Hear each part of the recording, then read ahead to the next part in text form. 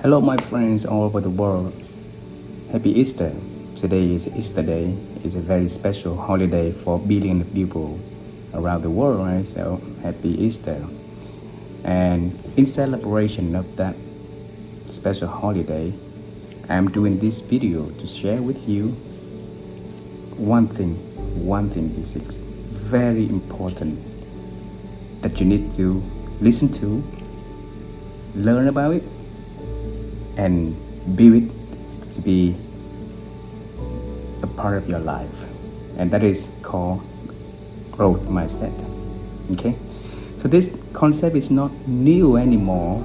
It's been a research done by Carol back in the 70s, some 1970s, when she spent 30 something years to research about that growth mindset, and in 2006 she published her book, The Growth Mindset. Is a beautiful one. You should buy one and read it for yourself.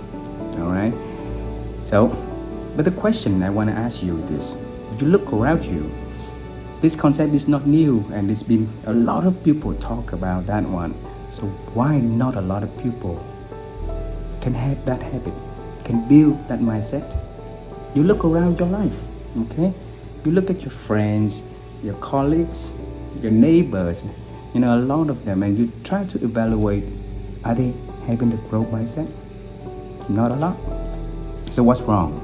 Okay, and today I'm going to share with you, the principle that we can apply to grow the growth mindset using the stories of the people I got a chance to, interact in my life. So let's start first who I am. My name is Ha. I was born in 1982 in a small town named Da Nang in the middle of Vietnam, a small country lies in Southeast Asia. Okay, in 2001, I moved to the state as an international student. Zero English, very limited English. Okay, and I lived first in California, so in the Bay Area. I like the area, I like the environment, I like the school, I like the system, everything. I didn't like the community that I lived in.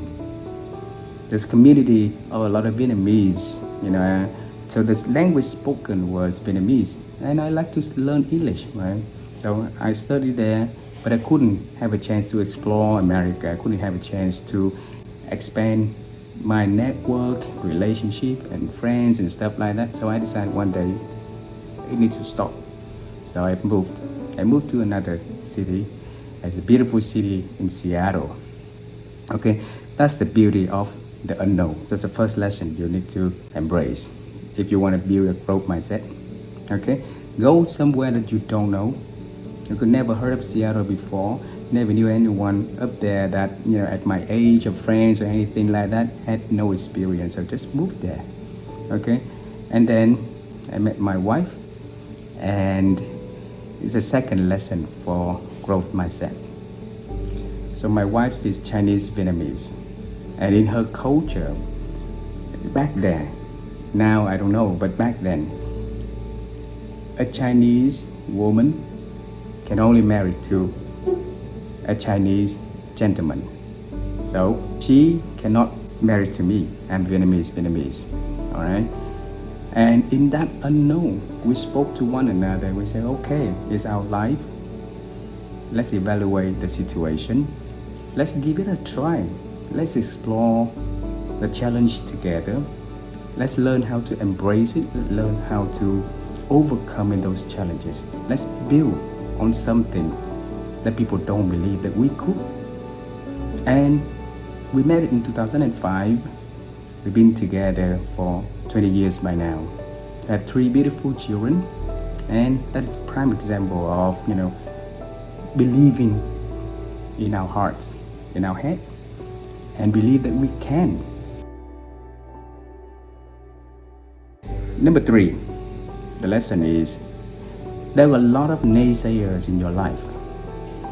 A lot. Okay? People who love you, but they don't know your dreams. They don't know your strength. They don't know what you wish for in life. They don't know how they can be part of that big dreams that you are having. So the best they could do is to tell what they think about your plan, your goals, your ambitions, the things you would want to do. Okay?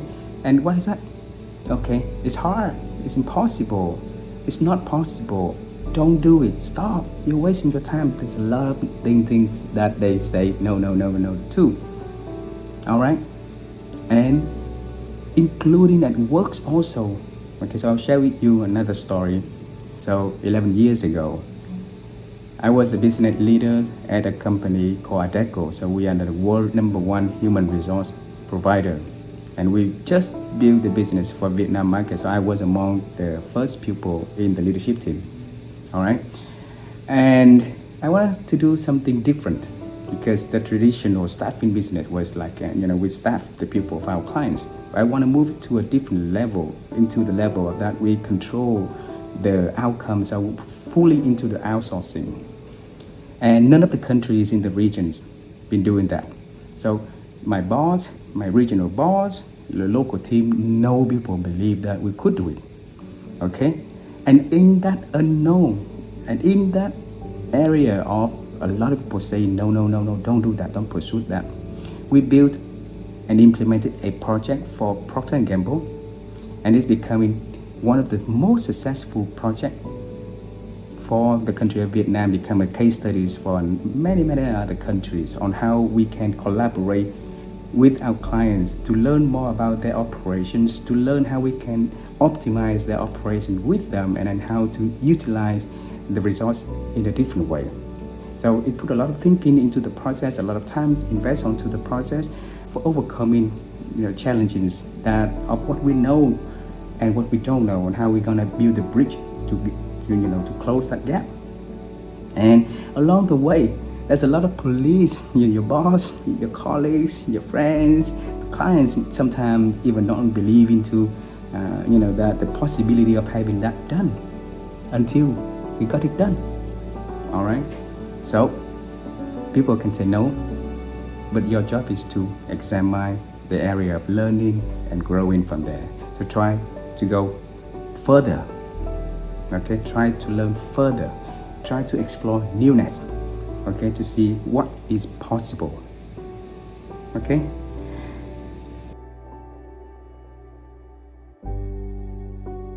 Along the way, try to explore your hidden talents, and that is very important. I'll share with you a story between me and my wife then. Okay. So in 2012, we decided to leave America to explore newness again.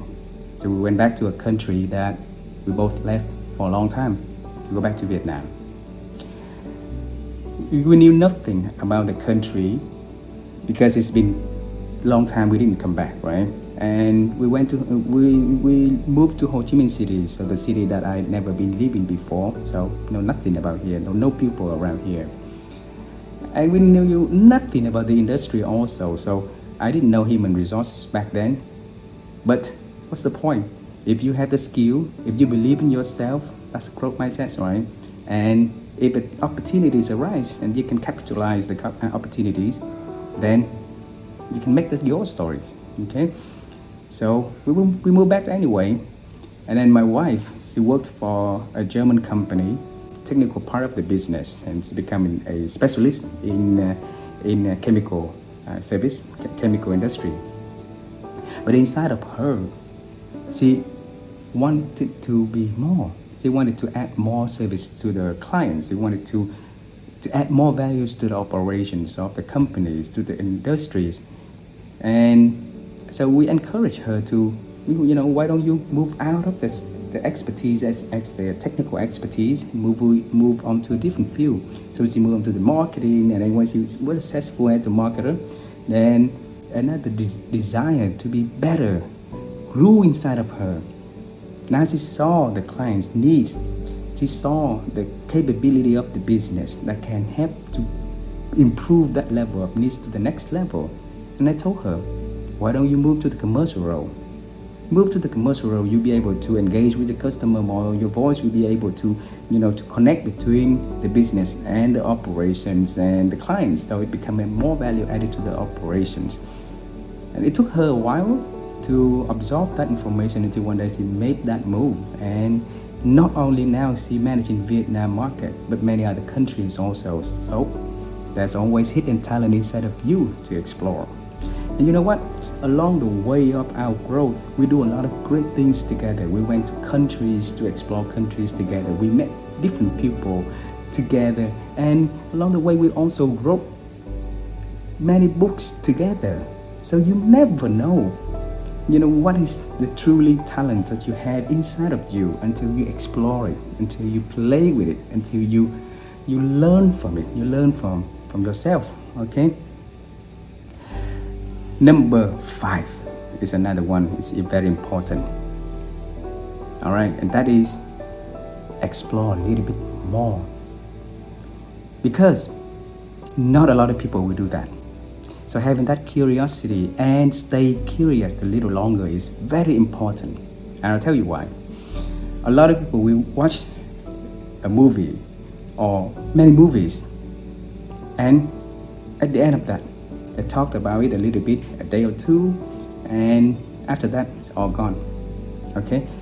They might watch YouTube on how to do this, how to do that. They got excited. They went on TED Talks and learned from experts around the world on how to do this, to do that, to get better at here and there. But not a lot of them will stay curious a little longer on how to get better, how to implement it, how to do it. Okay, so the action is not moving much. Okay? But if you want to be different, you have to move that needle further. You watch the movie and search for that movie. Who's the director? Where did they shoot the scenes? Okay? What's the budget? What message? What's beauty in that movie that you might miss? So look at opinions from the people around the world. All right? You watch the TED Talk, you can come up with something that you and your friends, your colleagues, whoever, your children, even your children, invite them on to participate into a project so that all of you can practice something that you look, you read, you watch, you listen to, you hear, right? Not a lot of people do that. They will just stop after they listen to a beautiful podcast. They would just stop. After reading a book, they would just stop and move into another thing. So you have a lot at hands, a lot of readings, a lot of watching, a lot of learning, but the implementation, the doing, the cooking up those information to make it a sweet bottle of knowledge for you, it's not happening. And that's why they have the journey to their growth mindset is stuck right there. It's not going to the next level. Okay. Next is about the witness. Okay, and this one is, I really encourage you to have a different look as your witness, because when you go to work, your colleagues, your boss, right? They will tell you, or your consultant out there's a lot of people who say, okay, focus on your strengths, maximize your strengths, okay, and leverage it, make it the best weapon you have. And ignore your weakness, because the investment that you make on your strengths will be a lot more benefit in comparison to the time that you focus on improvement of your weaknesses. But here's the thing, it's not working that way. Okay? Growth means that you grow your strength, and at the same time, you grow your ability to control your weakness. So it means that your weakness also going down. So less weakness, more growth. All right, and that is very important, and that is a learning process. I'll take my situation as an example in here. Clean up is not something that I'm good at. I'm good at cleaning up and organize my works, my desk and stuff like that, but at home it's not. Okay, and so my wife and I, we always had that arguments back then on why didn't you put your shoe into the right place, and why didn't you clean the house and stuff, because we had maids at home, we had drivers at home and stuff like that, and it's easy to to give that task to them and focus on something else that I could do. I could spend more time with reading, with writing, with enjoying things here and there, right? So investment, that's called returns on investment, is better. But until one day, I decided to, okay, if that is the area that that I'm not good at, why not, embody that growth mindset and try to learn how to get better at that. And I tell you, now when I go home, I look at the things that is not organized at home, I'll clean it up. Okay? I'll put things in order, and the house got a lot more organized in the way that I want it to be organized. Okay? Before, it's organized in the way that other people want it to be organized. Our mates organize in their way that inconvenience for them to do the work at home. But that's not the way that I like to see things. Okay? So now I'm happier because that is just one example of what we could do to improve our weaknesses. Okay? So there's many other weaknesses that you could do. You could improve upon also. So when I first doing the video on YouTube, for each video I have to make about 10 different videos and select here and there until now. I've been speaking to you about 17 minutes already without stopping. Alright, so that is the areas of improvement. I wasn't good at recording my old talks in front of the camera, and I can do it a lot better. So that is the areas of weakness that got improved. Alright, so that's another one that is important. Okay. The next one is important for you to embrace, to talk to different set of people, diverse group of people at different age, different genders, different backgrounds, different interests. Okay, different opinions about the world. And I'll tell you, it's going to be so beautiful for you if you can have conversation with different minds like that, because they will fill your words with theirs. They will fill up your knowledge with the knowledge that they've been accumulating over years. They give you different opinions for you to look at what you are doing. They give you their own ideas for you to see, okay, how can you make your ideas and mix with their ideas and make better ones. All right? And having beautiful conversation with different people in different stage of life is so beautiful. Okay? And that's how my wife and I was able to travel the world, talk to about 800 people and they were expert in their field. These are the people that we just knew during the pandemic. A world-class author, world-class leaders, world-class public speaker, international travel, and giving speech at the events, right? So they are really, really good at what they do. So talk to them. And amazingly, I tell you, it's so amazing that these people are not as hard to get in connect with. If you know how to, and you want to learn how to, I can teach you. I can teach you how to connect to amazing people. You can go to our other videos and you see every week we interview people. We share their stories with you. These are amazing people. Talk to them, learn from them.